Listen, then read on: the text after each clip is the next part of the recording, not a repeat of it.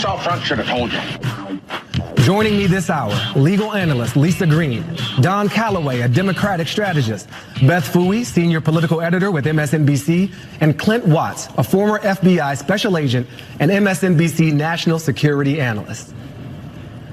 We start with day 8 of President Trump's government shutdown. A quarter of the federal government still closed for business, and with negotiations at a standstill, the shutdown is set to stretch well into the new year. And as the funding stalemate drags on, President Trump is falling back on his favorite negotiating tactic, tweeting ultimatums, saying he's willing to close the entire southern border with Mexico if he doesn't get funding for his wall. And Acting Chief of Staff Mick Mulvaney says we should take his threats seriously. Shutting down the southern border would cost $1 billion a day. Is the president seriously?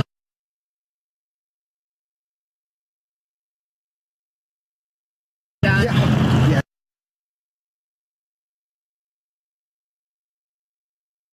Detriment to the economy. All options are on the table.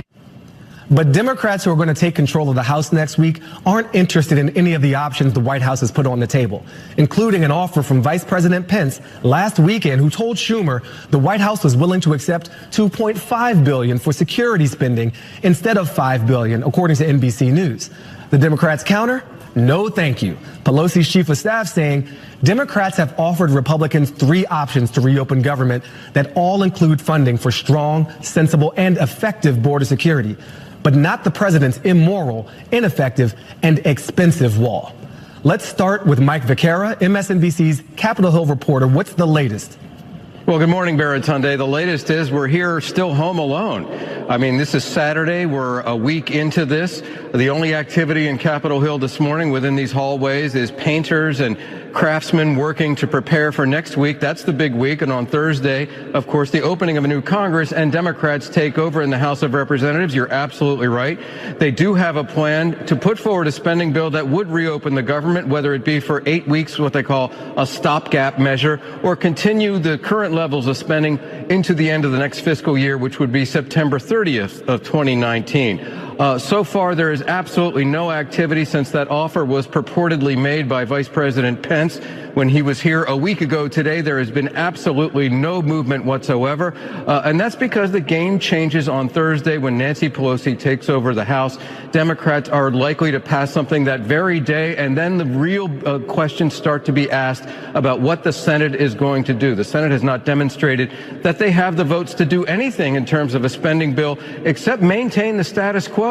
Remember, before this shutdown, Republicans joined with Democrats to keep the government open in a short-term stopgap spending bill to keep the spending levels at the same while negotiations continue. Of course, President Trump pulled the rug out. That brings us to where we are today, which is at a virtual standstill. Baratunde. Mike Vaquera, thank you so much. I'm going to turn to our panel. Let's start with you, Beth. We heard Home Alone, but the lights aren't on, and there doesn't seem to be any movement. At least in the movie, there were lights, there was action, there was something happening for pretend in the House. What do you make of the standstill Mike just told us about in terms of the latest? I know, and President Trump actually was a cameo in Home Alone 2. I don't know if you guys recall that. I just watched that movie. Lots of exactly.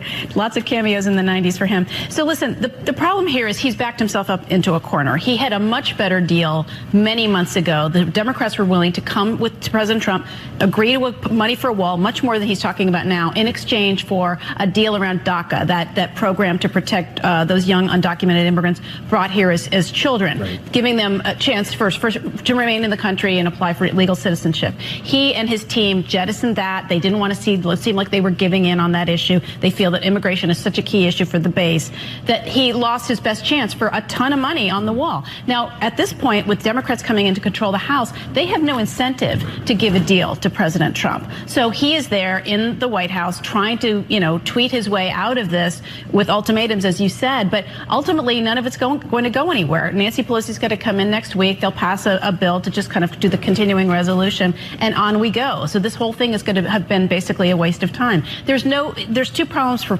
President Trump politically. Okay. There's very little support. There's slim support for a wall, number one, and he's being blamed for the shutdown. You can't. Well, he's not just being blamed for it. He owns claimed it. He said he'd be proud. Exactly, remember? exactly. He wanted it. So right now he's operating from a position of weakness politically, and usually you go into these big sort of risky, high gamble moves with strength behind you, and he doesn't have that. We do have some numbers about who's being blamed for this shutdown. I believe it's 47% of Americans are putting the blame for the shutdown on President Trump versus the Democrats. That was by design. Lisa, negotiations, this is being called a standoff, but is it a standoff when one side merely tweets their position?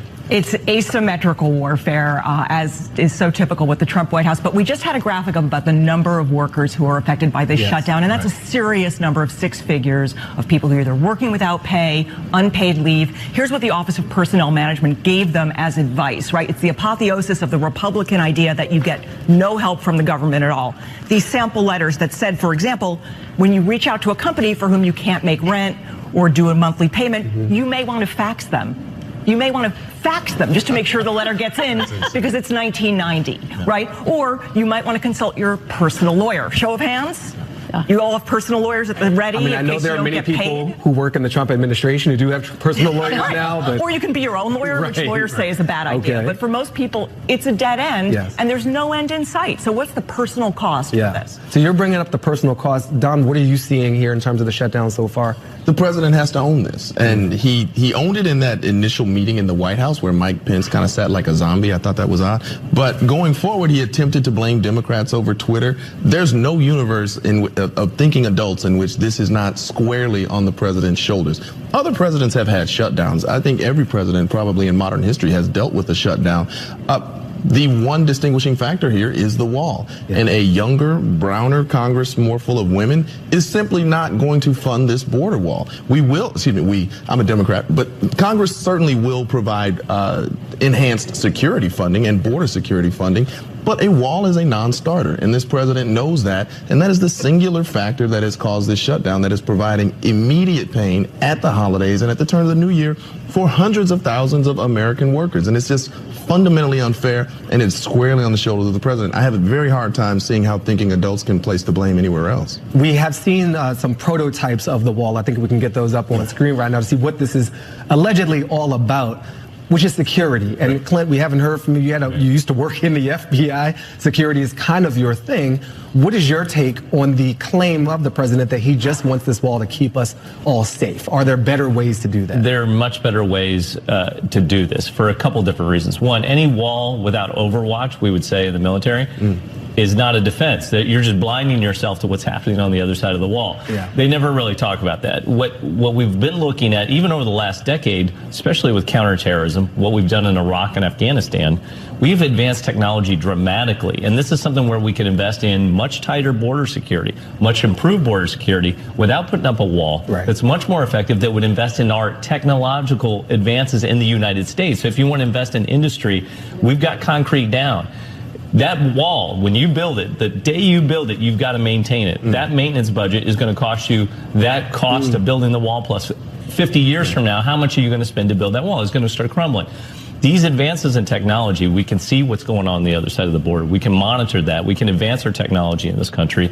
We can have tougher border security. And I guarantee if you really talk to the professionals that want to accomplish this, on both sides of the aisle, they'll say, here's a solution we're willing to fund. Here's technology we're willing to invest in. Here are companies that can benefit from it inside the United States. It could leapfrog us forward. Instead, building a wall takes us back, to the era of castles. And as we've seen, any regime that's tried to survive in castles ultimately falls. And so I think it's a giant waste of money. Do you also think that in terms of the rhetoric around the wall and who's supposed to be paying for it, we're having this battle about Congress paying for it, but it was supposed to be Mexico initially. Where do those negotiations stand? Well, we know. I mean, Mexico has repeatedly insisted. I mean, the previous government, and then there's a new president since then, have said we are not paying for this wall. President Trump has tried to sort of explain this away by things saying the new trade deal that was just passed, USMCA instead of NAFTA, will somehow yield savings that will pay for the wall. It doesn't really work that way. The savings from, if there are any, from this new trade deal aren't going to go pay for a wall. That will go, back into the economy. So he's looking for ways ways to sort of justify the claim that Mexico is going to do this. Nobody at this point believes that that's ever going to happen. So he has had to try to do a sales job, or probably needs to explain why American tax dollars need to go for this, when basically security professionals and others say that this is not warranted, and that just enhanced security, of which we already have quite a bit across the border anyway, is sufficient. I'm struck by the silence within Congress. I mean, you're a former member yourself, and in previous efforts, the president has had a lot of backup. A lot of Republicans coming forward on his behalf, screaming loudly, going on conservative news outlets. I don't hear very much from conservative members of Congress or the Senate right now. They've all kind of gone home and are enjoying their New Year's. They're probably getting paid. But is it my perception true in your eyes that they don't seem to have his back on this as much as they have in the past? I don't think they have his back on the wall, because ultimately every member of Congress, not just the president, is responsible to an American public who is really upset, if not only being a government employee, but really upset about fundamental services being shut down. That affects us all, period. And ultimately Congress are the ones who will have to face the backlash for that every 24 months via election. I just find it remarkably rich also to see Republicans very, very slowly starting to take that Jeff Flake position of backing away from the president. And it cannot be detached from the indictments which are being dropped, like hip-hop mixtapes. There's a new one every Tuesday and Thursday. And I think that we've reached a place where, yes, at the top of the show, is impeachment inevitable? Well, that's up to a House, and I really don't know what's going to happen right now. But you don't see Republicans with the vocal support as Robert Mueller begins to actually pile up legitimate evidence to say, yes, these guys and this team of individuals, which were very close to the president, actually did this stuff. Maybe the president will want this wall so he can hide himself behind it with all this pressure coming his way. And coming up, House Republicans wrapped their investigation into Robert Mueller's Russia probe before he even finished. What they found and what they didn't find, right after the break. Do you expect the president, I mean, obviously you do represent the president, do you expect that he's going to have to answer more questions in writing? Well, I think I announced about 10 days ago over my dead body, and I'm not dead yet, so. President Trump's personal lawyer, Rudy Giuliani, sounding adamant that his client is done answering questions in the Mueller probe. But a short time later, he said in an in-person interview, it's still open for discussion. On Friday, House Republicans announced that an investigation launched back in 2016 into the DOJ and FBI practices has officially concluded. In a letter to agency heads and leadership, the Joint GOP committee said President Trump had been treated unfairly and recommended a second special counsel to investigate further. All this while talk of impeachment grows, which according to some experts includes the support of Republican lawmakers. They've already been taking steps to separate themselves from him. So it's already happening. The cracking is already happening. Look at the number who didn't want him to come in and campaign with him. So we are back now. Lisa, I want to start with you because this is a very intricate legal matter, impeachment, and the American people have had to learn a lot of intricate legal matters over the past 700 or so days with this president. What is your take on the likelihood, the challenge? What do we need to know? We need to know a lot, and we won't know as much as we wish we would know. For example, the Mueller report, which probably is going to be birthed in 2019. Speaking of mixtape drops, that's going to be an album. That's the album. It may drop very silently and not to the public. So we may not ever know everything that Mueller knows. But to me, Elizabeth Drew's point, that's the guest we just saw, about impeachment is fascinating, because as much as it is a legal decision about what constitutes high crimes and misdemeanors, ultimately it's a political decision. And I think Congress, the Senate, have to decide, is this going to be a Nixon impeachment where he resigned recognizing the weight, or a Clinton impeachment where the Senate decided not enough evidence here, he can keep his post. And Baratunde, if you listen to incoming Speaker Nancy Pelosi when asked about this, she really pushes back hard and saying that this is not going to be the first priority of the Democratic Congress. They are coming in with the purpose of showing that they can get something done, they can lead, they can look mature, they can open up the government, and then turn to the people's business. That's what she keeps talking about. Things like getting higher wages for jobs, improving health care, the things that American people, to a person say that they want to see done and to get rid of this dysfunction in Washington. But there is this hardcore, certainly some of the people who are going to be coming into the House who are progressive, they're hearing from their supporters who say, we want to go after Trump, we want to investigate this administration, we want to put people in jail, we want to impeach the president. That's going to be a powerful motivator for a lot of people on the Democratic side, on the progressive side. So Nancy Pelosi is going to have to balance that. How do you do the work for the American people, which is what she says she wants to do, with this very strong political impetus to get back at the president and get back at his people? That's a tough one for her. You are the strategist for the Democrats at the table. Do you have a recommendation on how to manage that balance? Because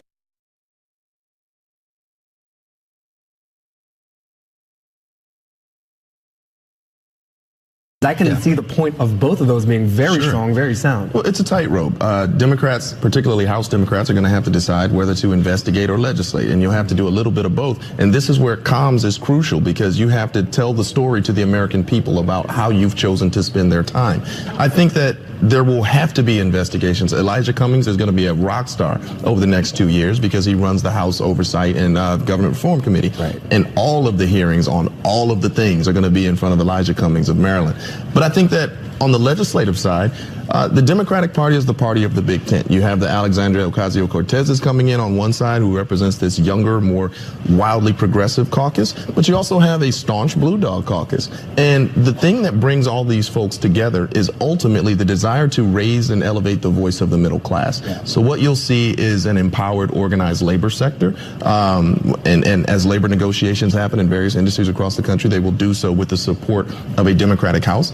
I think you have an entire universe of members of Congress now who have come of age in a time where climate change has been not undisputed as a real thing. And I think you'll see real policy there that develops a clean energy. Whether or not it's a new Green Deal, we don't know. But you have a strong contingent of members now who have no dispute that climate change is a real thing. And the people are going to want to see policy that addresses that immediately. So, Beth, you're absolutely right. There will have to be a tightrope.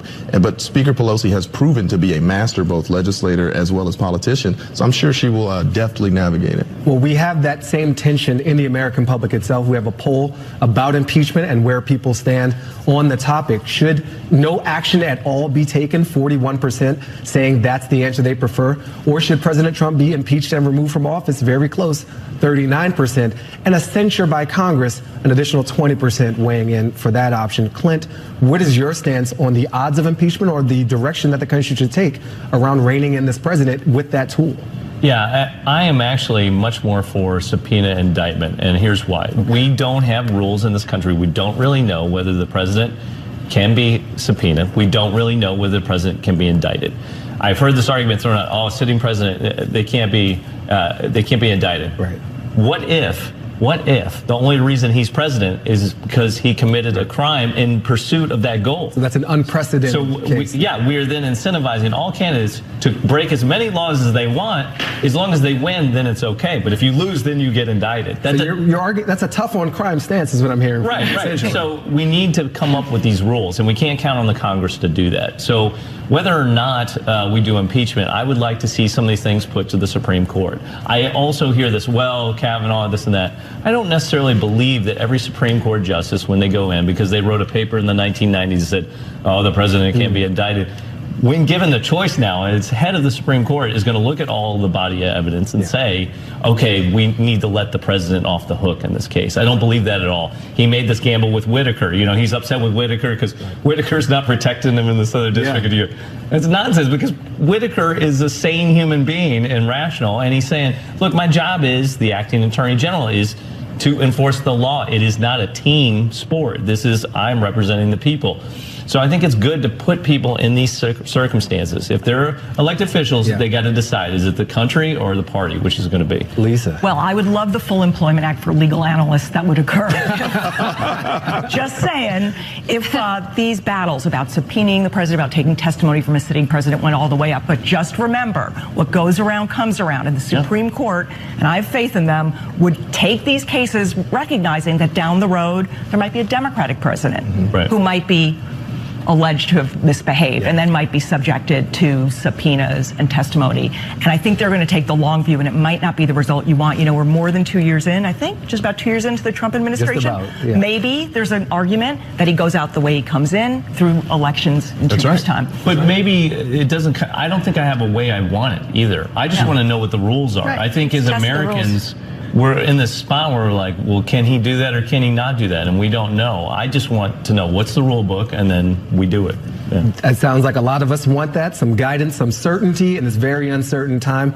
We'll come back to this topic because it's going to come back to us, I am sure of it. Next, Facebook heads into 2019 on the defense after a blistering year. But what's the answer when it comes to reining in the social media giant and keeping your privacy safe? That's next. Welcome back to Up. I'm Baratunde Thurston, in for David Gura. Social media has emerged as one of the most powerful campaigning tools for politicians leading up to elections. And it's coming back into focus as candidates gear up for 2020. 2 Senate reports published this month paint a picture of how Russian internet trolls used almost every social media platform to help Trump win the White House in 2016, using key voting issues to polarize voters and suppress the turnout of minorities to the polls. Now, Facebook is facing heat for sharing user data with large partners, including letting them read people's private messages. How is the Russian social media disinformation campaign hurting democracy, and is federal regulation of social media a remedy? My panel is back with me. Clint, I want to start with you because you have that FBI label, and this term meddling has been used a lot. What I would say is an appropriate term for what is an act of information warfare. Right. Looking through the Senate report, the Select Committee on Intelligence talks about Reddit, talks about Facebook, talks about memetic warfare.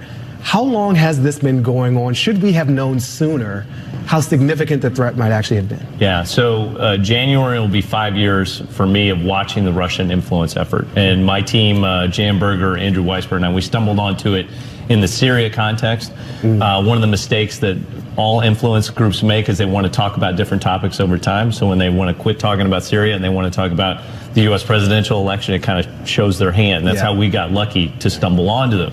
But what is interesting is for the first 2 years when I talked about it, no one cared. You couldn't get anyone to pay attention to it. It was overtaken by ISIS discussion. And in the last 2 years, we're talking about it nonstop, but now the Russians aren't even the worst players in the field. You know, the worst ones are going to be politicians, public relations campaigns, celebrities, oligarchs, anybody who wants to reputation clean, and public relations firms. They're going to dominate the space. And authoritarians overseas. In third world countries, you're seeing dictators take this and just oppress. So if you can control the information environment through these social media platforms, you can create an alternative reality and you can push people against each other for your own benefit. I think looking forward, there are going to be the ones that dominate the space will have artificial intelligence. They'll be able to mine all of your data and put it together to understand you better than you understand yourself. Okay, just so you know, you're terrifying me. I just want to point that out. And the social media companies are in a tough spot. The business model is I give you more of what you like and your friends give you more of what you like. And you can't really unwind that. That's why the fake news problem is almost impossible for them to tackle. As soon as they enter, they're not a neutral platform. Well, on the topic of unwinding, I want to go to, add it to our conversation, Tony Rome. He's an NBC News tech contributor. And Tony, can you talk to us here about that unwinding and especially the reputational unwinding of firms like Facebook, who we used to treat with almost literally kid gloves, and now we're dragging them up before Congress, writing reports, getting data out of them about the threat that they've enabled to our democracy. How dramatic has this story shifted around our relationship with tech companies? Where do you see it going in 2019? When you had the lower third that said it was Facebook's no good, horrible, very bad 2018. And it wasn't just the company, it was all of Silicon Valley. I think lawmakers and regulators and experts, other than Clint, who's been following this for a long time, really woke up to the notion that social media was responsible for a lot of bad, whether it was serving as a conduit for misinformation, propaganda, and other sorts of falsehoods, or it was the way that they were using data in perhaps ways that users weren't expecting or regulators weren't expecting. So I think you can expect to see two things things next year. First, lawmakers are going to continue to demand that folks like Facebook CEO Mark Zuckerberg and others answer questions, perhaps dragging them back to Capitol Hill for hearings. And second, House Democrats, who are obviously taking over the chamber, might push to regulate more forcefully in a way that some Republicans in the House weren't necessarily interested in doing. You know, it remains to be seen if anything will actually reach the president's desk, but I think the heat will continue to be turned up on Facebook and its peers in Washington. Thank you for that, Tony. I want to follow up on this point with my panel in the room as well about regulation and on the impact of the influence operation, which was voter suppression. So on the regulation, Lisa, I'm going to go to you first on the rules every time, since we had that discussion earlier. What's your take on the likelihood of some regulatory oversight on companies like Facebook next year? Yeah, you know, it's hard to handicap what Congress may accomplish in the coming year, but we can look to the old country, to Europe, for some really interesting guidance on one of the two issues that I think these companies face. One is privacy, of which we have none, and the second is their ability to push forth unfettered information and have it look like news. On the former front, Europe is installing new rules, tougher rules that regulate privacy. So these companies that are global companies are going to have to follow these rules anyway. It's like emissions. You want to get to the toughest state, follow those rules, and the rest follows. We've got a lot of work to do on emissions. We do. Separate topic, but related in that once you're following a certain set of regulations, perhaps they could be made global. America has never been a country high on protecting privacy. But maybe that changes if you're like me and your Alexa starts playing music without you asking it to. Like, what? So one of the things. Can I just say, I mean, maybe I'm a little bit cynical about this, but for any of us who have taken our own personal information, handed it to Facebook or to any other social media platform, or, you know, our email address, our baby pictures, our deepest, darkest fears, everything that people put up there, and think, oh, but wait a minute, this should all remain private. I think it's an incredibly naive position to take, that kind of information, once shared willingly, that we step forward and do it ourselves, then suddenly is going to be protected. It seems very hard to me that both the technology does not allow for that, and that, frankly, you've given it away. So how can you then expect it to be private? Should have read the fine print, right? One other thing we've given away, I actually tweeted about this. Mueller's first set of indictments was a big PDF drop. You talk about these mixtape drops. So I went through it myself, unlike certain members of Congress who weren't as interested. Right. And I found what I will quote myself. This doesn't happen very often on this network. I'm going to quote myself on Twitter, because I wrote, it's like the Russians took two great U.S. innovations, advertising and marketing, and turned it against us with analytical rigor. The Americans lie to themselves all the time. They won't notice if we join them. And this complicity of the self, of giving over a lot of our information for a deal, for an ad to stalk us, whether it's slippers or something else online. And can I make just one more point about that? I mean, the Senate reports that you referenced, I mean, not only is this activity taking place on Facebook, it's taking place on every other social network as well. So YouTube, Tumblr, things that people barely even use anymore, Pinterest, you know, where women are going on to like share recipes and bridesmaid dress designs. They're seeing propaganda there too. So even though Facebook is much bigger than all of them, even if Facebook is shut down, something else is going to pop up and replace it. And how is this problem not going to exist in that new platform that we think and hope would be better than Facebook? It exists everywhere else on every other social network. You know, I think that most thinking adults really kind of understand that these algorithms track us and are kind of, you know, thoroughly involved in our daily lives. I think that the greatest existential threat to Facebook right now in terms of the public relations nightmare of the last couple of months is the showing that they've shared direct messages with other companies large enough to, and that really scares me, because we put something on our wall, or we, you know, you make certain posts, and you know that that's public information. But just, I'll defer to the lawyer about the expectation here. When you, an average citizen has an expectation, right, you think that that's some type of privacy. Well, I want to go to Tony Rome for a closing comment on this. We're running a little short on time, but Facebook will be there next year for us to talk about even further. Tony, what else would you want to add to help us understand what we might be going into next year?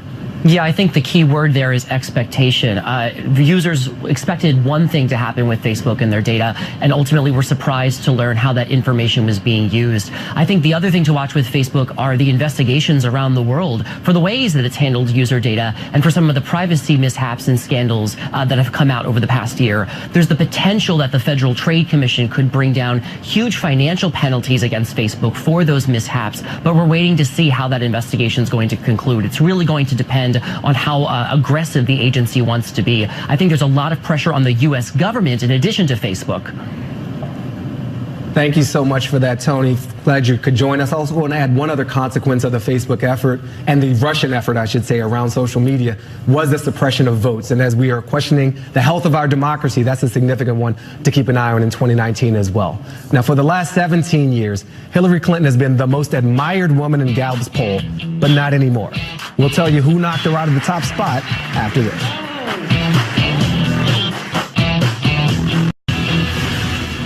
Welcome back to Up.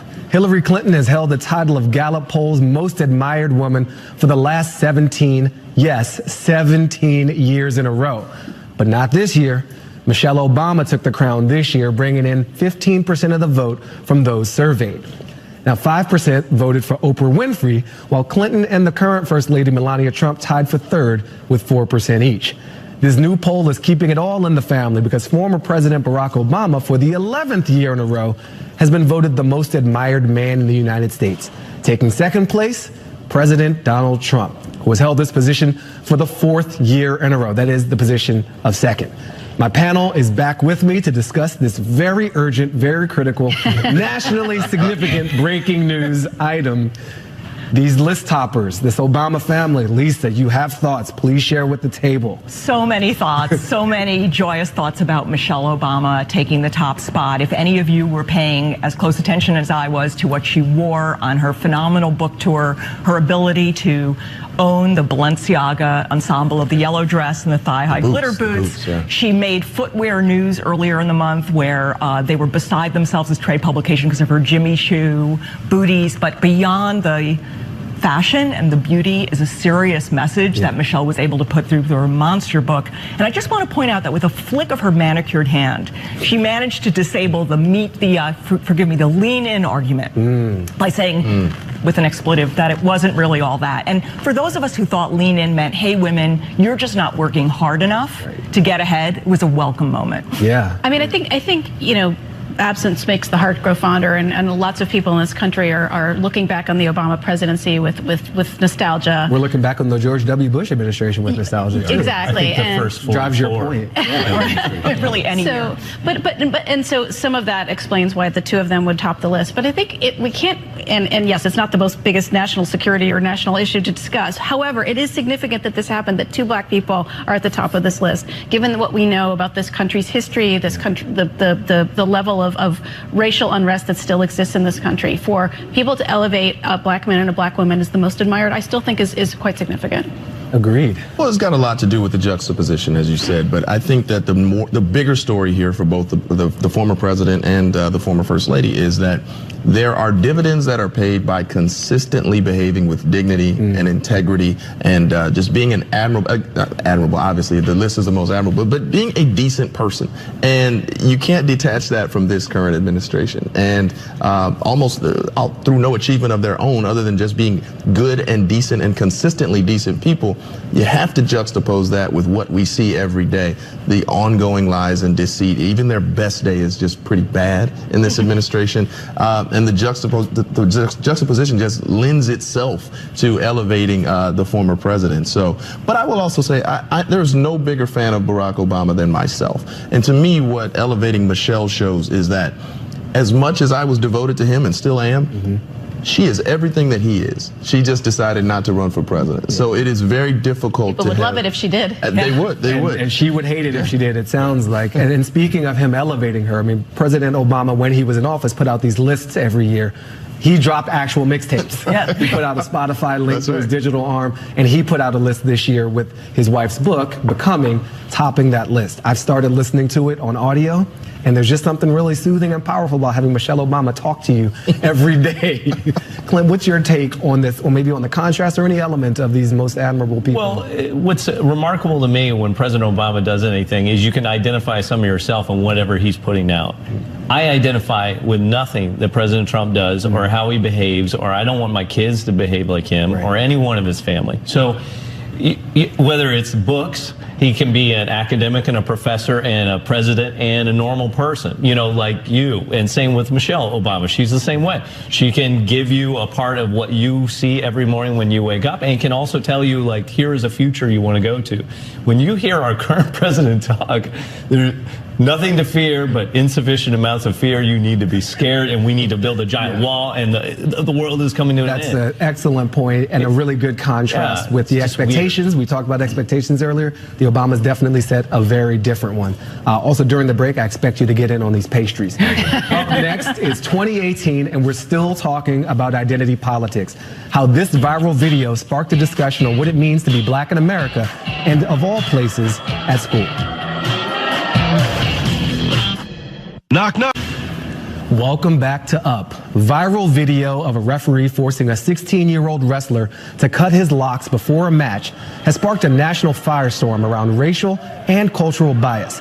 Amid the growing outrage, the New Jersey School District says its teams will not be participating in any further events with that referee, and the state's civil rights agency has opened an investigation into the matter. This Washington Post headline is spot on. Wrestler being forced to cut locks was manifestation of decades of racial desensitization. And decades is right. Look, my hair has been part of my identity my entire life. This is me as a high school wrestler with an afro, and I pity the fool who would have tried to cut it without my permission. Also, I lost that match, but it's not the afro's fault. I was inexperienced.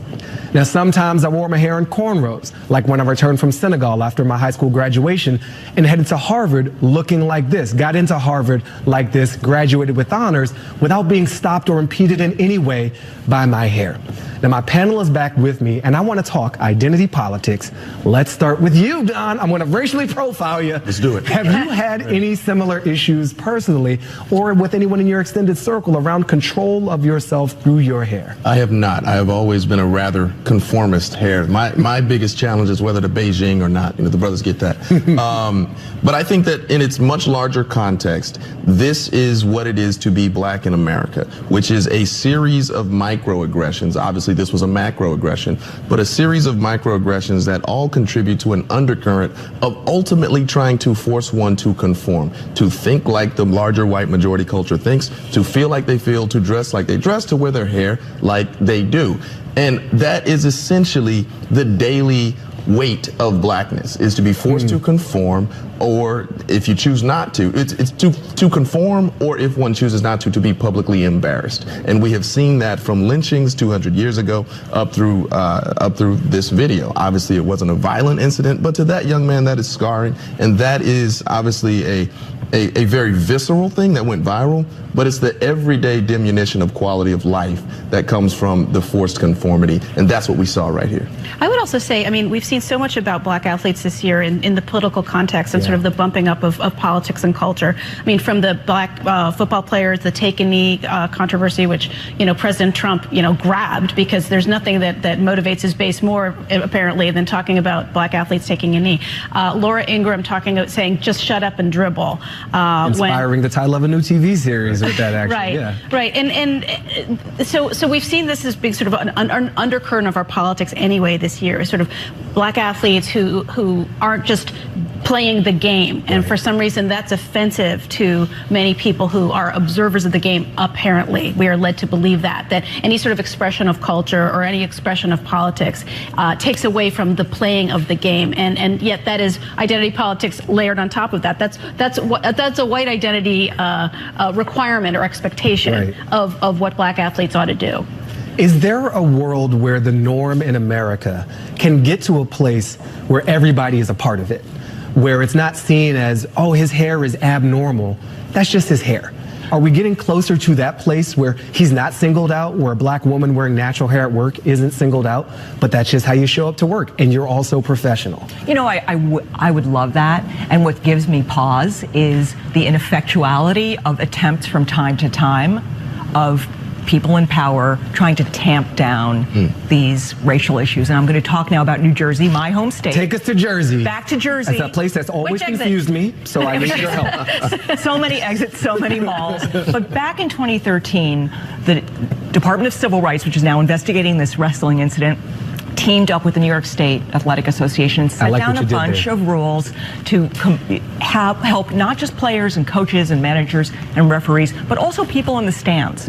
Stop it already with racial unrest, with nasty sayings, with tainted slogans. I won't even get into the event on a Thanksgiving Day football game that created this. And now, fast forward 5 years later, this referee didn't get the memo. So will we have another round of ultimately unhelpful, meaningless legislation that gets us nowhere? I hope not.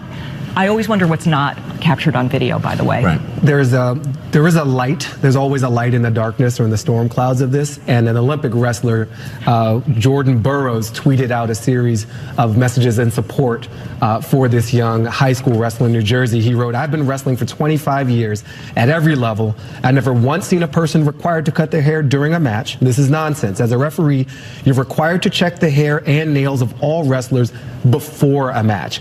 My opinion is that this was a combination of an abuse of power, racism, and just plain negligence, and that there were some technicals involved in this. The ref was late to the match. So on the merits, he wasn't really doing his job. You don't have to get to racism before you get to the basic competence of do your job. And so there's something missing here, and why he's not involved anymore has a lot of reasons." Sure, and you know, this young man, locks don't grow overnight, as you know. This young man, how many matches had he won? How many times had he competed? You know, prior to this fundamentally racist ref, who we know had called a colleague the N-word in a previous iteration of his life. This had not been a problem for this young man over the life of his wrestling career and over the life of him growing locks. So it's just, you know, it's really absurd, but it is much larger than this one individual. There were other adults in that room, Clint. Yep. This young man is being lauded for his poise under that stress. Do you think he should have been exposed to that stress in the first place with so many other adults there? No, and this comes to the point of why did that happen on that day? Was this premeditated? Did he plan it? Is this something that he had already been thinking about? Has he gone through those checks and procedures? So if he's executing this as a uniform policy, I grew up in the military. Everybody has the same haircut. Everybody wears the same outfits. I know how these systems can be enforced. Did he do that? I don't know, but I almost guarantee not. And this just comes to, I know we're always talking about legislative solutions and this and that, but it's about execution. What are we going to do as a society? There were a lot of people in that room. Why didn't anyone sort of say, hey, let's take a step back, let's pause?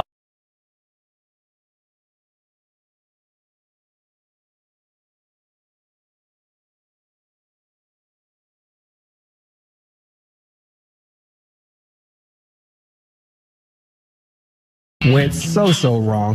Plus the workers who are really affected by this shutdown. As a child of a federal worker myself, I'm going to tell you about the people who have bills to pay as this shutdown continues.